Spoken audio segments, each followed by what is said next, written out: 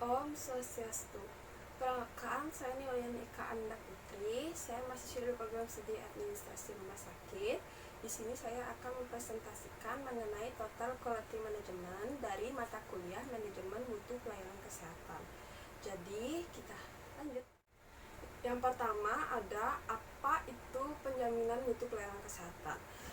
Jadi jaminan mutu pelayanan kesehatan itu adalah pelayanan kesehatan suatu proses upaya yang dilaksanakan secara berkesinambungan, sistematis, objektif, dan terpadu dalam menetapkan masalah dan penyebab masalah mutu pelayanan kesehatan yang diselenggarakan berdasarkan standar yang telah ditetapkan oleh masing-masing masyarakat terkait permasalahan yang terjadi dalam kekeluargaan dalam masyarakat tersebut. Selanjutnya, yang kedua ada cakupan kegiatan jaminan mutu pelayanan kesehatan. Di sini saya akan menjelaskan cuma beberapa saja, yaitu yang pertama ada mengetahui kebutuhan dan harapan pasien atau masyarakat yang menjadi pelanggan eksternal layanan kesehatan. Yang kedua ada menggunakan semua kemampuan dan bakat orang yang terdapat dalam instansi pelayanan kesehatan. Dan yang ketiga ada membuat keputusan berdasarkan fakta atau data, bukan dari perkiraan atau dugaan yang dapat dilihat dari mata kepala kita sendiri dan tidak mendengarkan apapun yang didengarkan oleh orang lain. Nah, yang ketiga ada tahap pendekatan penjaminan mutu pelayanan kesehatan. Jadi dalam tahap pendekatan ini, pada dasarnya tahap pendekatan jaminan mutu pelayanan kesehatan dilaksanakan melalui beberapa tipe, yaitu ada 4. Yang pertama ada sadar mutu, yang kedua ada penyusunan standar, yang ketiga ada mengukur apa yang dicapai, dan yang terakhir ada membuat rencana peningkatan mutu pelayanan kesehatan yang diperlukan masyarakat, khususnya masyarakat yang sangat benar-benar memerlukan. Selanjutnya ada siklus jaminan mutu pelayanan kesehatan. Nah, jadi dalam siklus jaminan ini yaitu semua langkah dalam siklus jaminan mutu pelayanan kesehatan atau lingkaran mutu selalu berulang dan berkesinambungan serta tidak pernah berhenti, seperti dilihat pada gambar lingkaran mutu di sini. Jadi dalam lingkaran mutu ini selalu dia berulang-ulang tanpa berhenti. Jadi dalam menyusun standar, mengukur mutu, menyusun rencana, ataupun dalam melaksanakan rencana yang sudah disusun dalam lingkaran mutu tersebut. Selanjutnya ada hal-hal yang diperlukan untuk keberhasilan pendekatan jaminan mutu layanan kesehatan. Jadi, keberhasilan suatu upaya pendekatan jaminan mutu layanan kesehatan memerlukan berbagai hal. Di sini saya akan menjelaskan beberapa aja, yaitu ada 4. Yang pertama ada komitmen dan pemimpin instansi pelayanan kesehatan puncak. Yang kedua ada komitmen dari semua personil. Yang ketiga ada kejelasan tanggung jawab kegiatan jaminan mutu pelayanan kesehatan. Yang keempat ada bersedia melakukan perubahan sikap. Nah, di sini sebenarnya ada 7. Jadi lagi 3 ini yaitu ada pencatatan yang harus akurat. Yang ke-6 ada komunikasi yang efektif pada setiap tingkat instansi pelayanan kesehatan. Dan yang terakhir ada pelatihan tentang pengetahuan dan keterampilan mutu layanan dan jaminan kesehatan. Jadi selanjutnya ada topik dari sebelumnya sudah saya jelaskan, yaitu ada total quality management atau yang bisa kita singkat dengan TQM. Jadi apa itu total quality management atau TQM? Jadi TQM adalah suatu pendekatan dalam menjalankan usaha yang mencoba untuk memaksimumkan daya saing organisasi melalui perbaikan yang terus-menerus atas produk, jasa, tenaga kerja, proses, dan lingkungannya. Jadi nggak semua orang itu dalam membuka usaha harus bersaing satu dengan yang lainnya. Jadi kita tuh harus terus menerus menawarkan produk atas tenaga kerja dari kita maupun dari orang-orang terdekat kita yang menawarkan produk kita terhadap orang lain. Selanjutnya ada pilar dalam TQM atau Total Quality Management, yaitu bahwa prinsip-prinsip dalam sistem TQM harus dibangun atas 5 pilar sistem, yaitu yang pertama ada produk, yang kedua ada proses, yang ketiga ada organisasi, yang keempat ada pemimpin, dan yang terakhir ada komitmen. Jadi yang pertama itu ada produk. Jadi dalam produk ini dalam membuka usaha tentunya harus ada produk yang harus kita tawarkan kepada konsumen. Yang kedua ada proses. Dalam proses ini tentunya proses dalam pembuatan produk tersebut hingga konsumen itu senang dalam produk yang kita buat. Yang ketiga ada organisasi. Jadi dalam suatu usaha ini kita tuh tidak bisa sendiri dalam menjalankan usaha. Tentunya kita harus memiliki satu ataupun dua orang. Selanjutnya ada pemimpin. Jadi dalam pemimpin ini dalam suatu usaha tentunya kita tuh harus memiliki atasan. Jadi jika usaha kita sudah berjalan dengan baik, tentunya pasti kita akan ingin memiliki anak buah atau bawahan agar kita bisa fokus untuk mengerjakan pekerjaan yang lainnya atau bisa menghasilkan produk-produk yang lebih bagus lagi. Selanjutnya yang terakhir ada komitmen. Jadi dalam suatu usaha tentunya setiap orang memiliki komitmen bahwa usahanya ini harus berjalan dengan lancar dan terus meningkat tanpa ada kendala apapun ya. Meskipun dalam setiap usaha tersebut pasti ada lika-likunya hingga bisa mencapai paling atas. Selanjutnya ada elemen-elemen pendukung Total Quality Management atau TQM. Jadi dalam mendefinisikan mutu atau kualitas memerlukan pandangan yang komprehensif. Ada beberapa elemen bahwa sesuatu dikatakan berkualitas, yaitu ada beberapa elemen, yaitu yang pertama ada kualitas meliputi usaha memenuhi atau memiliki harapan pelanggan. Yang kedua ada kualitas mencakup produk, jasa, manusia, proses, dan lingkungan. Dan yang ketiga ada kualitas merupakan kondisi yang selalu berubah-ubah. Dan yang keempat ada kualitas merupakan suatu kondisi dinamis yang berhubungan dengan produk, jasa, manusia, proses, dan lingkungan yang memenuhi dan memiliki harapan. Selanjutnya ada kriteria agar penerapan TQM berhasil menurut Crouch 1996. Crouch 1996 menyatakan bahwa agar penerapan TQM berhasil, ada 4 kriteria yang harus dipenuhi dalam instansi pelayanan kesehatan. Yaitu yang pertama ada TQM harus didasarkan atas kesadaran terhadap pentingnya kualitas. Yang kedua ada TQM harus memiliki sifat kemanusiaan yang kuat, tercermin pada cara karyawan diperlakukan, diikutsertakan, dan diberi inspirasi.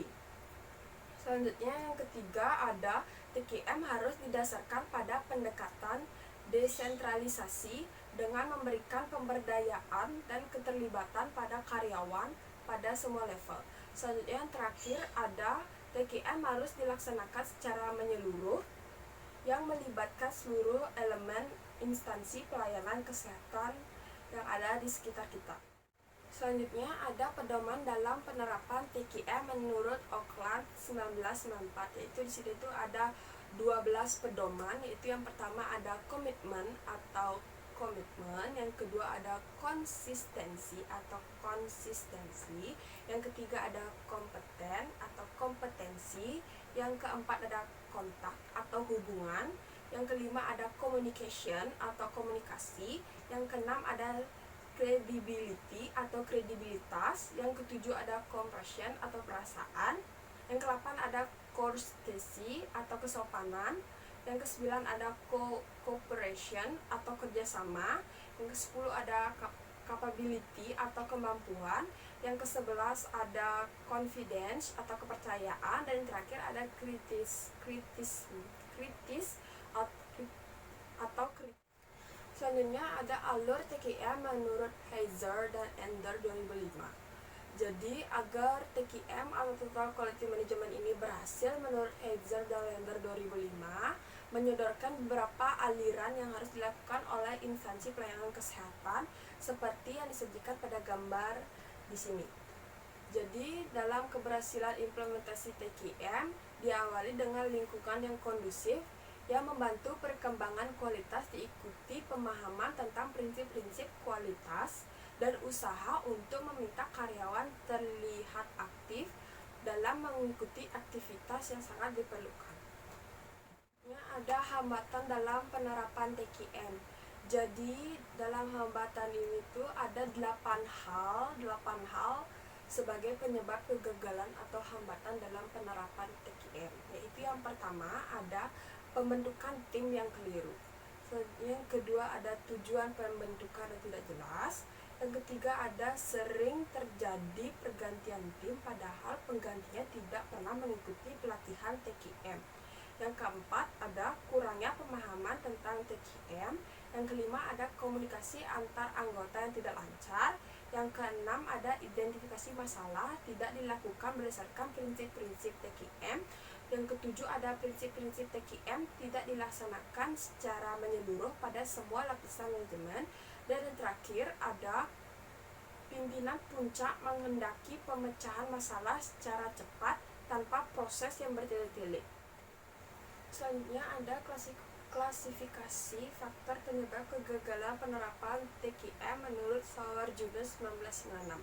Berdasarkan hasil penelitian tersebut, Sawarjunus 1996 mengklasifikasikan faktor penyebab kegagalan penerapan TKM menjadi dua, yaitu yang pertama ada faktor internal instansi pelayanan kesehatan dan yang kedua ada faktor eksternal instansi pelayanan kesehatan.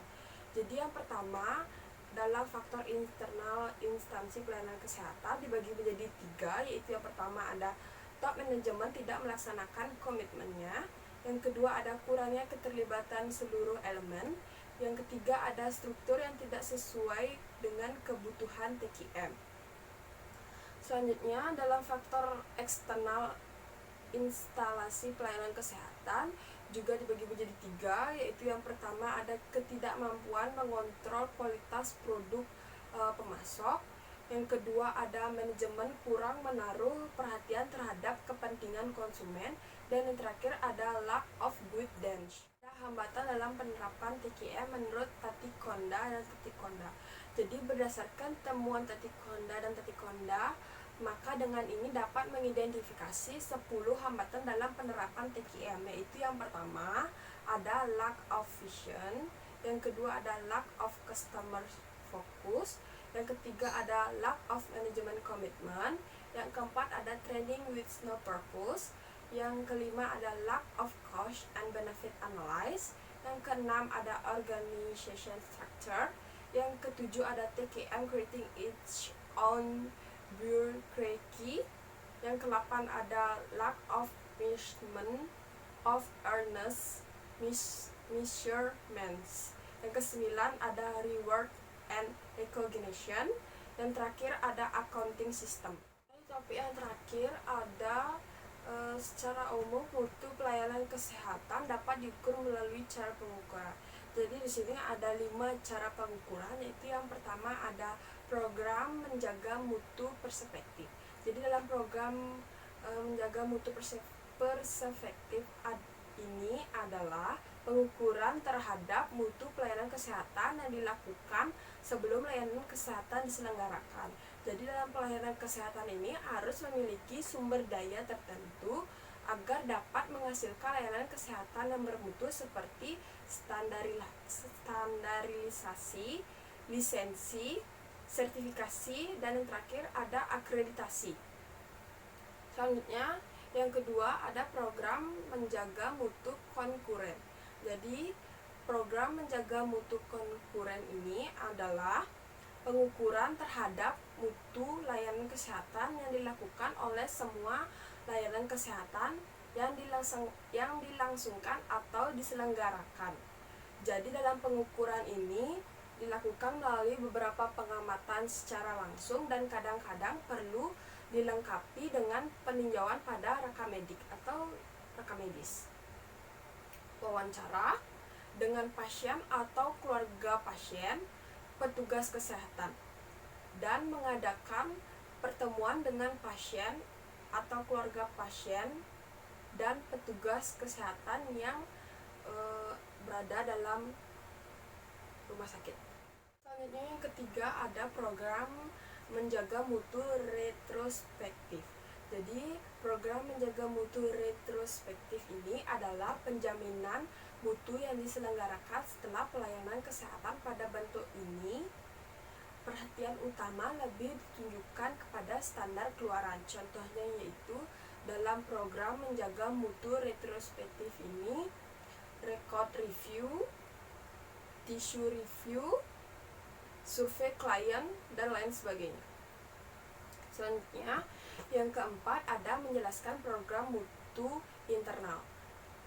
Jadi program menjaga mutu internal atau internal quality assurance adalah organisasi yang bertanggung jawab menyelenggarakan program menjaga mutu berada dalam institusi yang menyelenggarakan layanan kesehatan.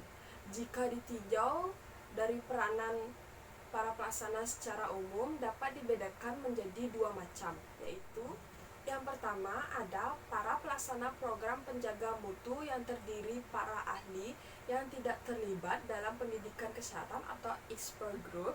Yang kedua ada para pelaksana program penjaga mutu adalah mereka yang menyelenggarakan pendidikan kesehatan atau team based. Selanjutnya yang terakhir ada menjelaskan program menjaga mutu secara eksternal. Jadi program menjaga mutu eksternal atau external quality assurance adalah suatu organisasi yang bertanggung jawab menyelenggarakan program menjaga mutu dibentuk berada di luar organisasi yang menyelenggarakan pelayanan kesehatan tersebut. Misalnya yaitu suatu badan penyelenggara akreditasi layanan kesehatan yang untuk kepentingannya programnya membentuk suatu unit program menjaga mutu. Jadi dalam membentuk suatu program mutu ini berguna untuk memantau, menilai, serta mengajukan saran-saran perbaikan mutu layanan kesehatan yang tergabung ke dalam program yang dikembangkannya. Jadi dalam mengikuti program mutu ini tentunya kita tuh bisa merubah dari hal yang sebelumnya bersifat tidak baik, selanjutnya bisa menjadi lebih baik lagi. Sekian presentasi dari total quality management yang saya paparkan. Jika ada kesalahan mohon dimaafkan. Saya ucapkan terima kasih dan Om Santi Santi Santi Om.